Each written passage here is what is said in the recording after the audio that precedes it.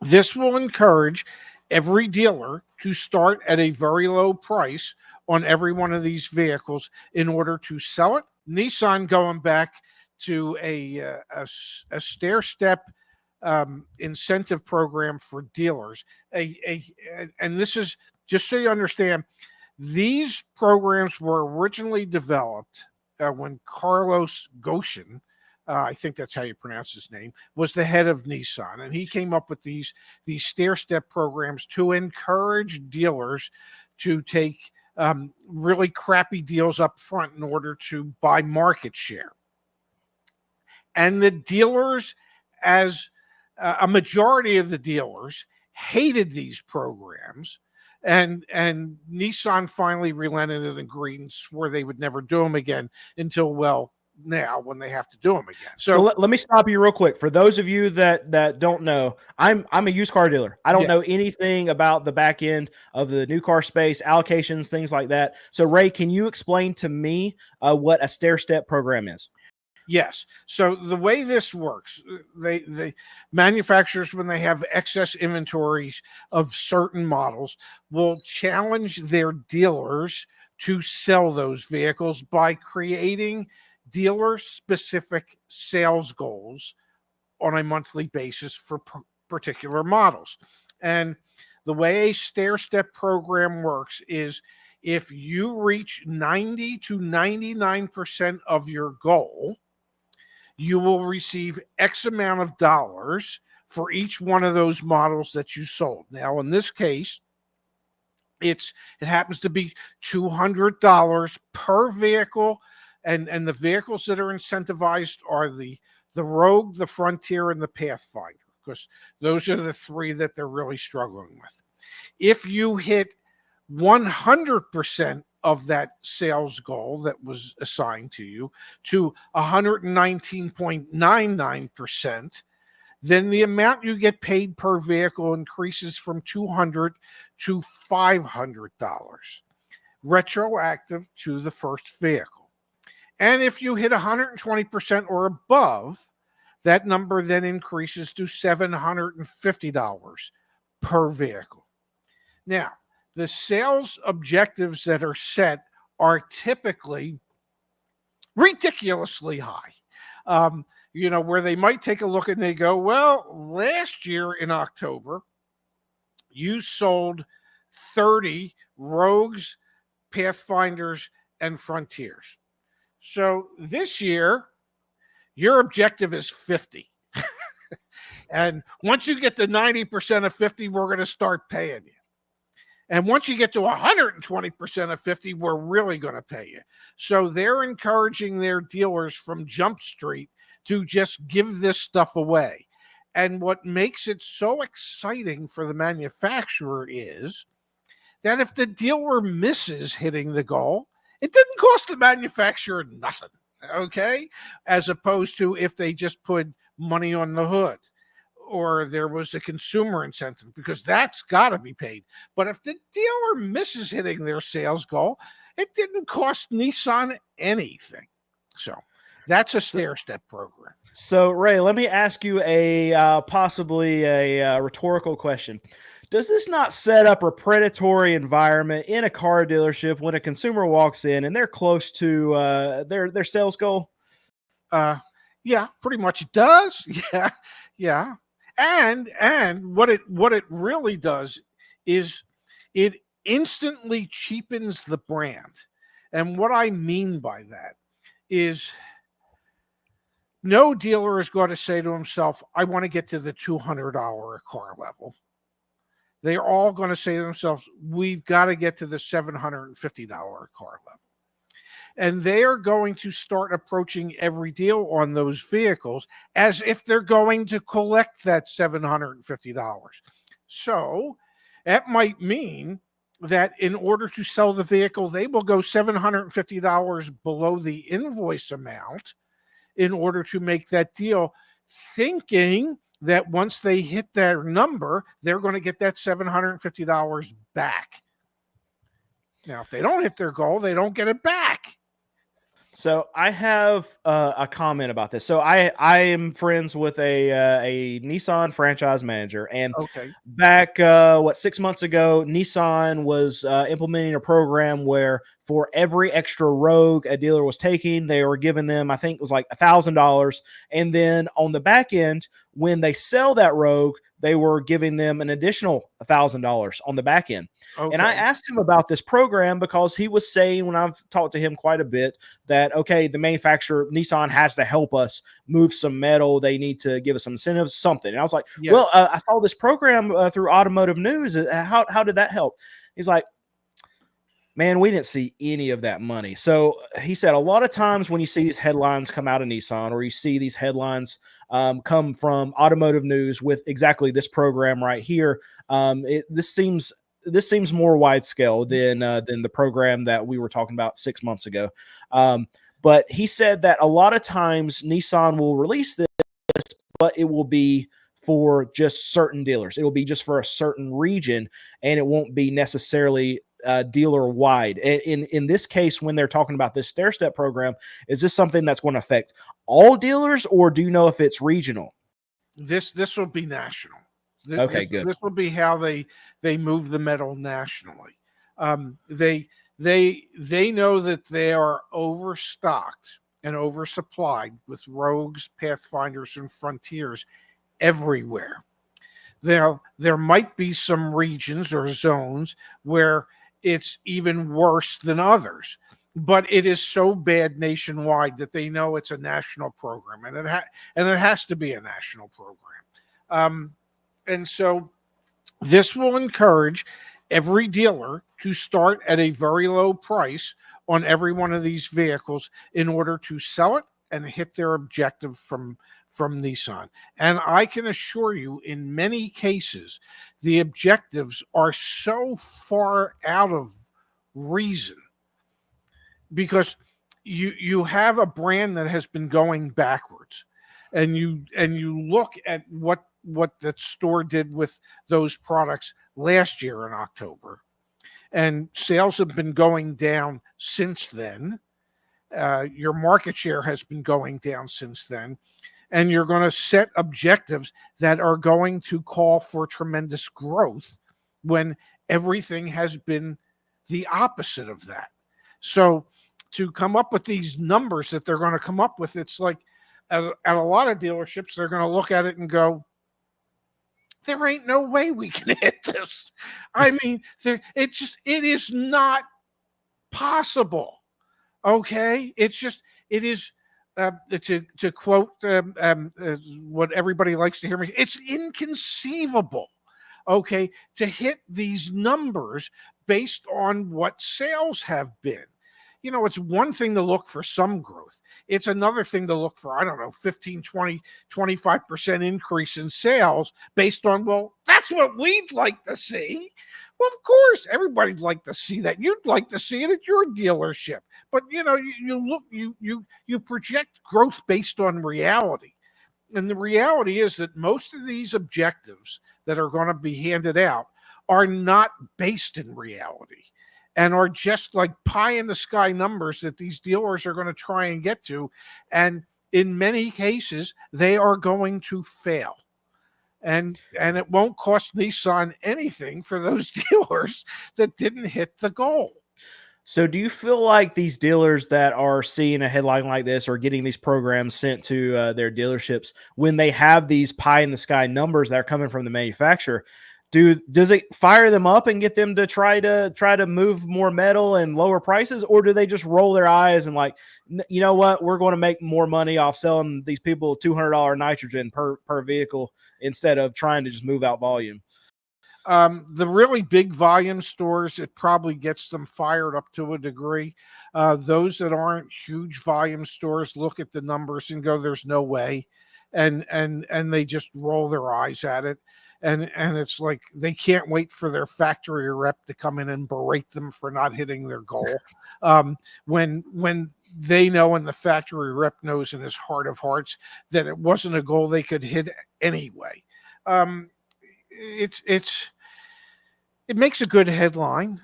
in automotive news. It creates some interest, but for the most part, a lot of the dealerships are just, the managers are going to look at the numbers and go, there's no way we can hit this.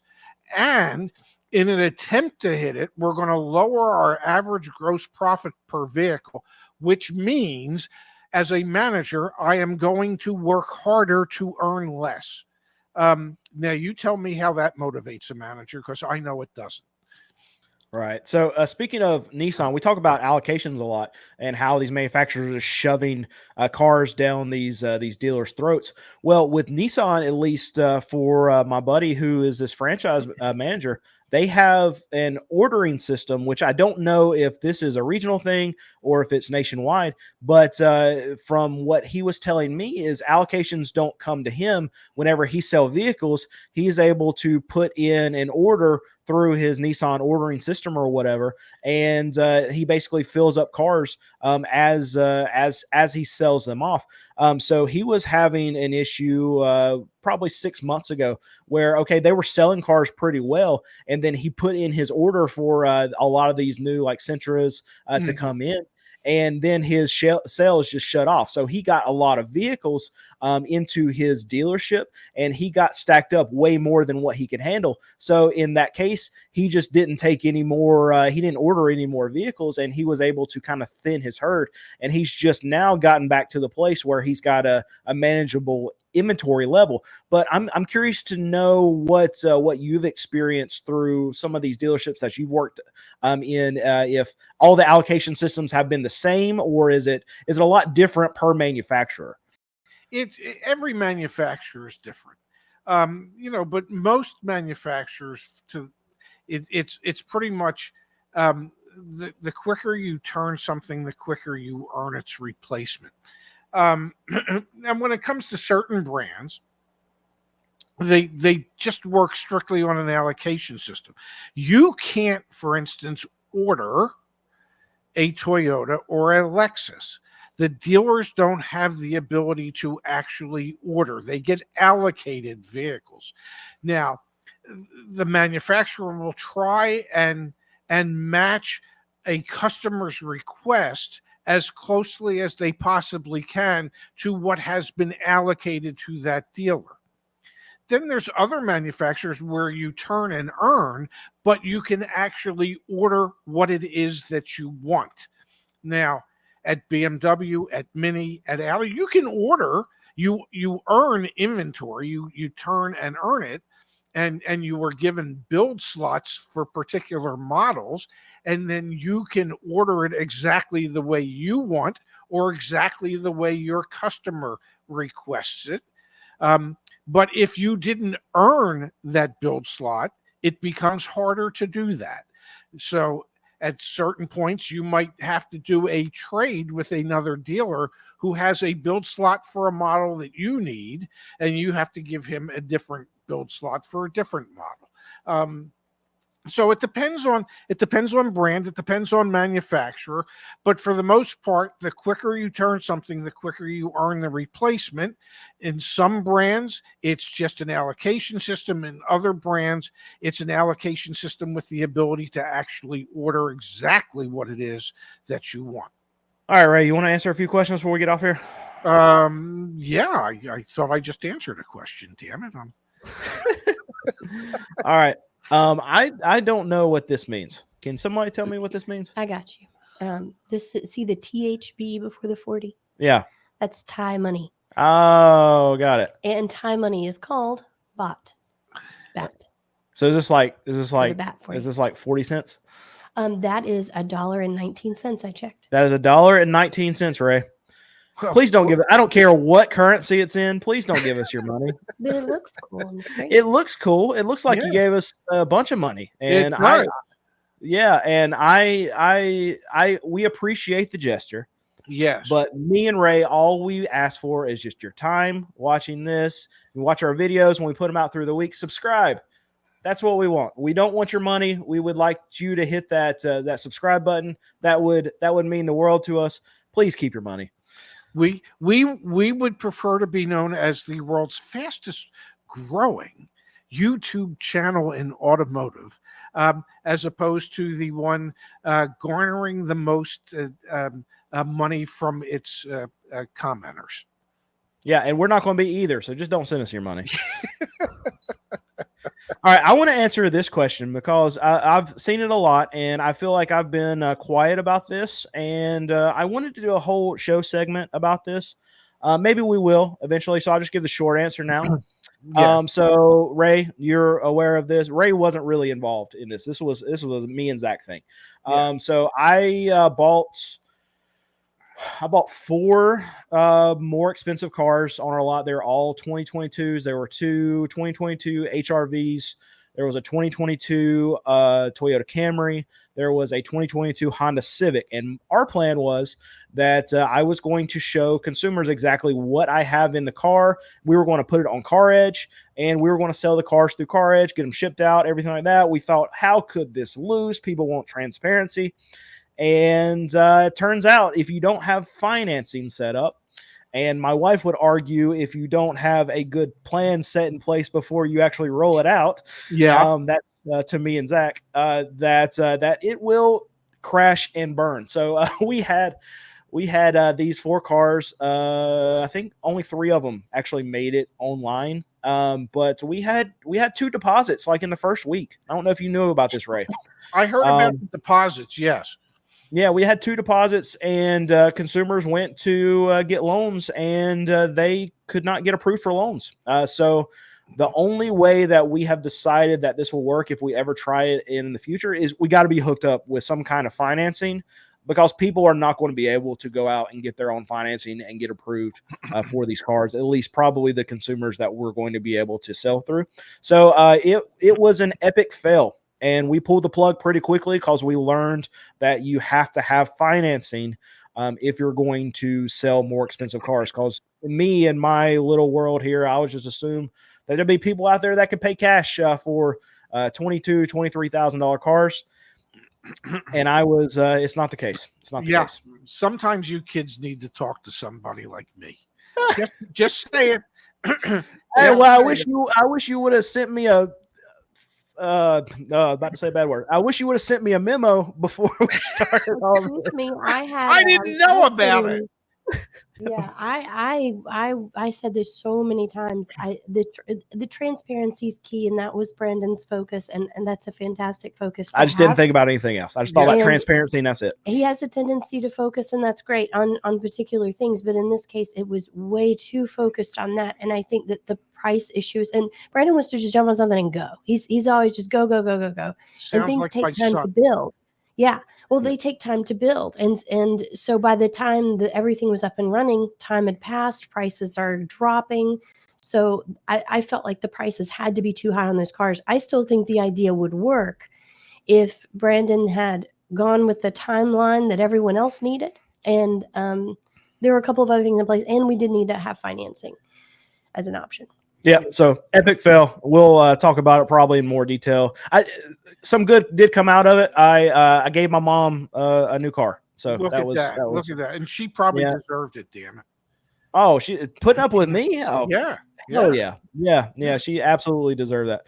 Oh, yeah. I get this one a lot. Someone share the name and location of Brandon's dealership. No, we don't do that. So here's the reason why I don't give out my dealership. One, we already have enough people that are finding the location and calling and showing up and not being customers. So my team is already small as it is. We've only got 2 people up front running our sales floor, and they answer the phones. So if I give out my location, people are going to be calling. They're already calling just to ask questions or just to talk to me.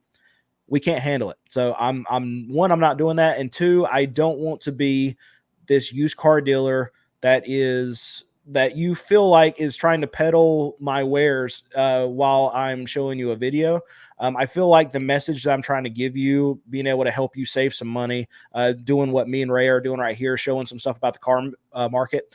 If you feel like I'm a used car dealer trying to sell you a car while I'm giving you advice, the message is going to come a different way. So I don't want to go that route. And it costs us money. We can make a lot of money selling you cars because there's a lot of people that want to come buy cars from us. But that's the way. At least I'm going to keep it from now. Now, if our dealership continues to lose money, maybe we'll start giving out the name. But as of right now, we're that's how we're going to do it. Why won't Stellantis listen to Ray? There we go.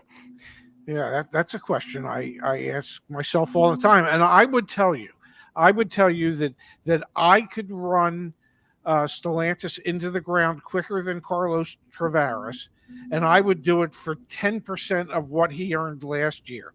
And last year they paid $39 million for someone to do it. I'll be more than happy to do it for $3.9 million, and I can probably get that accomplished for them. I don't know, within the first 6 months of my hire. So why they won't listen to me, I don't know, but I'm available, and I'm available for a hell of a lot less than what you could hire me as your vice president. I could, and I probably would. Speaking of, I'm going to be running for president of our HOA. No, you're not. Yeah, so I'm going to need a vice president. I know who it won't be. I'm going to infiltrate from the inside, Ray. I told his mother that the only way I would ever run for president of the HOA would be if Brandon was running, just so that he wouldn't be it. How long will it be? No. How long will it be that we see vehicles that were in the path of the hurricane and flooded areas making their way north to the other dealer lots? Oh, I don't think it'll be all that long. 2 to 3 weeks, perhaps. I mean, they have to dry out a little bit. I would anticipate we'll start seeing these cars show up at auction next week. I mean, if it might be this week that we see. Today's Tuesday, so we got 2 more auctions. I've already told Alex. Alex is my mechanic. He buys a lot of our cars. That he's got to start looking for flood vehicles because they're coming. And they're going to be at our auction this week, and the flooding happened last week. So it's pretty quick because there are a lot of these dealers that are going to want to dump inventory. Well, it's unfortunate, and those cars will make their way all over the country. So in certain parts of the country where you would never, ever, ever expect to see a flooded vehicle, there will be people who will end up buying cars that had indeed been in the floods.